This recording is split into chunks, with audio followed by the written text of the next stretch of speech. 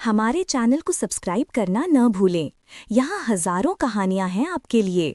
वहाँ शिविका, उनके पिता, दिनेश अंकल और घर के 2 नौकर थे। करण की ओर से केवल उनका परिवार उपस्थित था। इतने कम लोगों के बीच ही उनकी सगाई संपन्न हुई।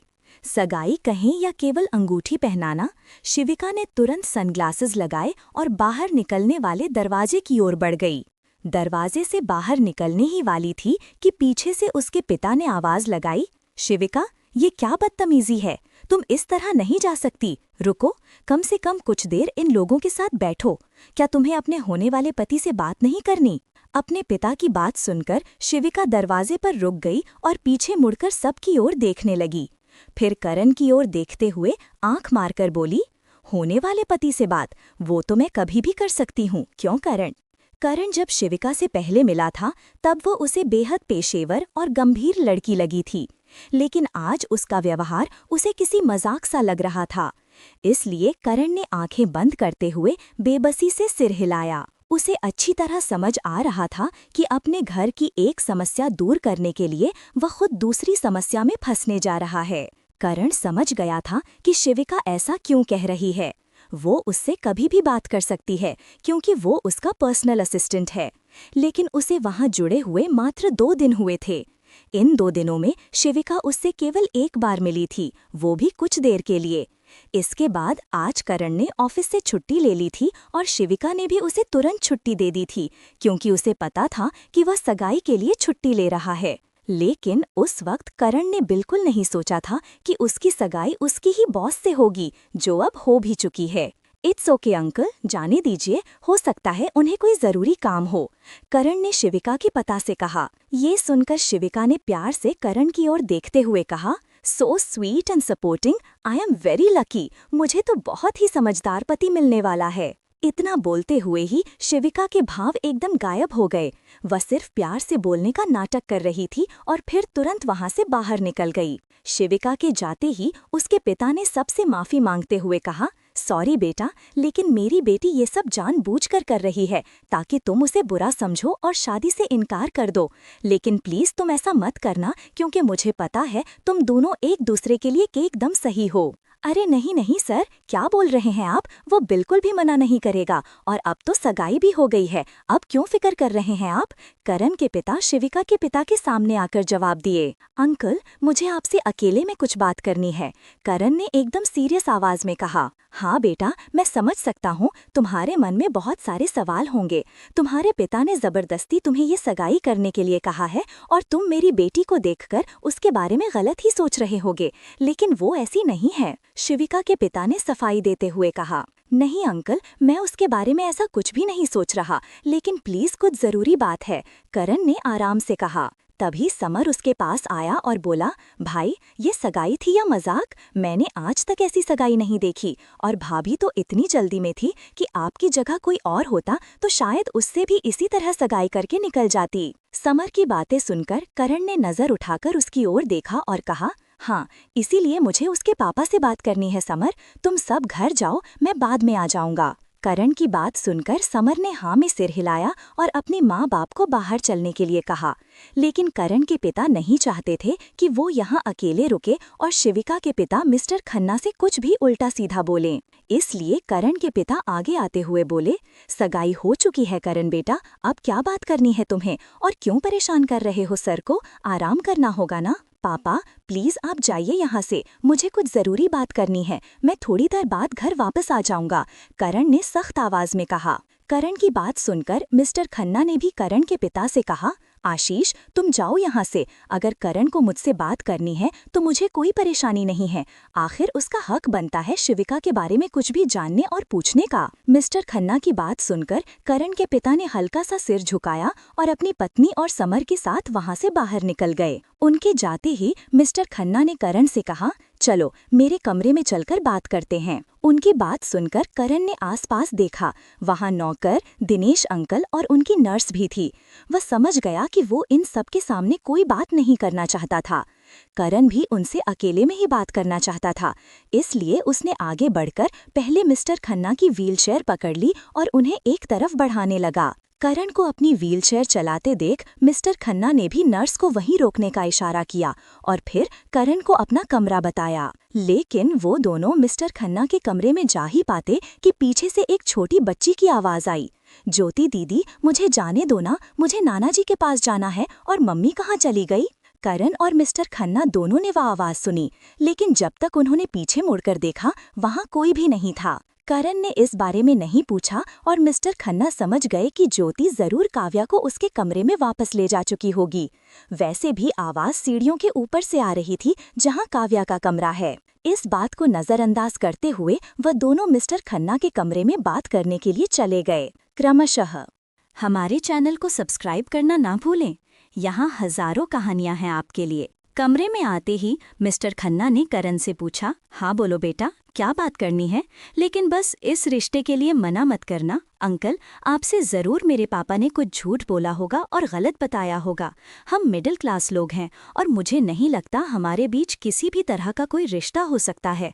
और आज जिस तरह से ये सगाई, मुझे सगाई नहीं, ये सब बस एक मजाक लगा। करण ने मिस्टर खन्ना से अपने मन की बात कही। नहीं, मुझे तुम्हारे पापा, परिवार और तुम्हारे बारे में सब कुछ पता है। तुम्हारे पापा मिस्टर आशीष मल्होत्रा 10 सालों तक हमारी कंपनी में काम करते थे और उन्होंने हमारी कंपनी से 20 लाख का लोन भी लिया हुआ है। और अभी जो कुछ भी तुमने देखा वो शिविका जानबूझकर इसीलिए कर रही थी ताकि तुम इस शादी के लिए मना कर दो और उसे पसंद न करो। शिविका के पापा ने करण को पूरी बात बताई। वो जानबूझकर ऐसा कर रही है, इसका मतलब वो भी ये शादी नहीं करना चाहती, तो फिर क्यों आप उनके साथ जबरदस्ती कर रहे हैं। करण ने तुरंत ही अपने मन की बात कही। वो तो बस अपनी जिद में ही ऐसा कर रही है। उसे लगता है उसके लायक कोई भी लड़का उसे नहीं मिलेगा।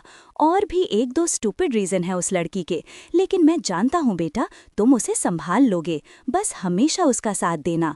वो दिल की बहुत अच्छी है, लेकिन बस थोड़ी सी जिद्दी है और बेवकूफ भी। मिस्टर खन्ना ने करण से लगभग रिक्वेस्ट करते हुए कहा। ये बात सुनकर करण थोड़ा सोच में पड़ गया, क्योंकि उसे तर्क देने के लिए और कोई बात नहीं मिली। पर अंकल, अगर वो ऐसा कर रही है तो हो सकता है उन्हें कोई और पसंद हो।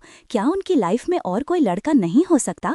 आप क्यों जबरदस्ती उनकी शादी मेरे साथ करवा रहे हैं? क्या पता उन्हें अभी थोड़ा टाइम चाहिए। और मेरे पापा से आपने जो लोन माफ करने वाली शर्त रखी है, इस शादी की वजह से, उसकी वजह से ही पापा ने मुझ पर प्रेशर बनाया है। नहीं तो मैं भी अभी शादी नहीं करना चाहता। करण ने थोड़ा सोचते हुए अपने मन की सारी बात उनके सामने बोल दी। बेटा देखो, मैंने लोन माफ कर दिया है तो उसमें तुम्हारा ही फायदा है। अब तुम्हें उसके लिए टेंशन नहीं लेनी पड़ेगी। और शादी एक ना एक दिन तुम भी किसी ना किसी लड़की से तो करोगे। वैसे शिविका की लाइफ में तो कोई भी लड़का नहीं है, क्योंकि वो किसी को मौका नहीं देती और अच्छी तरह से जानती है कि सब उसके पैसे के पीछे हैं। लेकिन तुम उसकी सच्चाई जानने के बाद भी शादी नहीं करना चाहते, इसका मतलब तुम्हें पैसों का लालच नहीं है। इसके अलावा अगर तुम लोगों को टाइम चाहिए तो ठीक है, मैं तुम्हें 6 महीने का वक्त देता हूँ। उससे पहले मैं तुम दोनों में से किसी पर भी शादी के लिए दबाव नहीं बनाऊंगा। शिविका के पापा ने करण से पूरी बात बताई। 6 महीने का वक्त मिलने की बात सुनकर करण ने थोड़ी राहत की सांस ली। ठीक है अंकल, पर क्या आपको इस बारे में पता है कि मैं शिविका, मेरा मतलब है मैडम के साथ उनके ऑफिस में ही काम करता हूँ और मैंने बस 3 दिन पहले ही ज्वाइन किया है और मैं ये जॉब नहीं छोड़ सकता इस सगाई की वजह से। करण ने सारे पहलुओं पर सोचते हुए जवाब दिया। हाँ ठीक है, मैं कौन सा तुम्हें जॉब छोड़ने के लिए कह रहा हूँ और मुझे इस बारे में पता है, लेकिन मुझे लगा था शायद सगाई होने के बाद तुम ये काम नहीं कर पाओगे, क्योंकि आखिर दुनिया का कौन सा मर्द अपनी होने वाली बीवी के नीचे काम करना पसंद करेगा। लेकिन तुम्हें इस बात से भी कोई एतराज नहीं है, तो इसका मतलब मैंने अपनी शिविका के लिए एकदम सही लड़का चुना है। बेटा तुम बहुत अच्छे हो। मैं इतना भी अच्छा नहीं हूँ अंकल, आखिर इन सब में मेरा भी तो फायदा है और जॉब भी मैं अपने परिवार के लिए ही कर रहा हूँ। मेरी सगाई शिविका से हो गई तो क्या, मेरी अपनी जिम्मेदारियां तो नहीं खत्म हो जाएंगी। करण ने अपनी लाइफ की सच्चाई उनके सामने बताई तो मिस्टर खन्ना ने मुस्कुराकर कहा, हाँ बिल्कुल ठीक है, मैं तुम्हारी बात समझता हूँ और तुम उसके साथ ही काम करोगे, ज्यादातर वक्त उसके साथ बिताओगे, तो तुम दोनों को भी एक दूसरे को जानने में मदद मिलेगी। और तुम चाहो तो अपने दोस्तों को और ऑफिस में इस सगाई के बारे में बता सकते हो, लेकिन एक बार शिविका से पूछ लेना। करण ने उनकी बात सुनकर हाँ में सर हिलाया। उसने भी सब तरफ से सोच कर देखा तो इस रिश्ते की वजह से उसके परिवार पर जो इतना बड़ा कर्ज है वो माफ हो जाएगा, तो यही उसके लिए अच्छी बात है। इसके अलावा मिस्टर खन्ना ने उसे 6 महीने का वक्त देने का वादा किया है, जो कि उसके लिए बहुत है। और करण को लगता है इतने टाइम में तो शिविका शायद खुद ही शादी ना करने का कोई रास्ता ढूंढ लेगी। पर अंकल, आपकी ये हालत कैसे? वहाँ से निकलते हुए करण को लगा कि उसने मिस्टर खन्ना के बारे में तो कुछ पूछा नहीं, इसलिए वो रुककर उनके बारे में पूछने लगा। बेटा, कुछ सालों पहले मुझे पैरालिसिस का अटैक आया था और उसी की वजह से ही मेरे पैर और आधा भाग काम नहीं करता। तब से ही सब कुछ शिविका ने संभाला हुआ है, बस इसीलिए ही तो वो ऐसी हो गई है। मिस्टर खन्ना ने थोड़ी मायूसी से बताया। डॉक्टर ने क्या बोला है अंकल, आप ठीक हो सकते हैं ना? करण ने थोड़ी फिक्र करते हुए पूछा। हाँ, ट्रीटमेंट चल रहा है, लेकिन कमर से नीचे के हिस्से में कोई मूवमेंट नहीं है और इसलिए भी मुझे शिविका की फिक्र लगी रहती है, क्योंकि मेरा कोई भरोसा नहीं मैं कब तक जिंदा हूँ और मेरे बाद कोई तो उसके साथ होना चाहिए ना।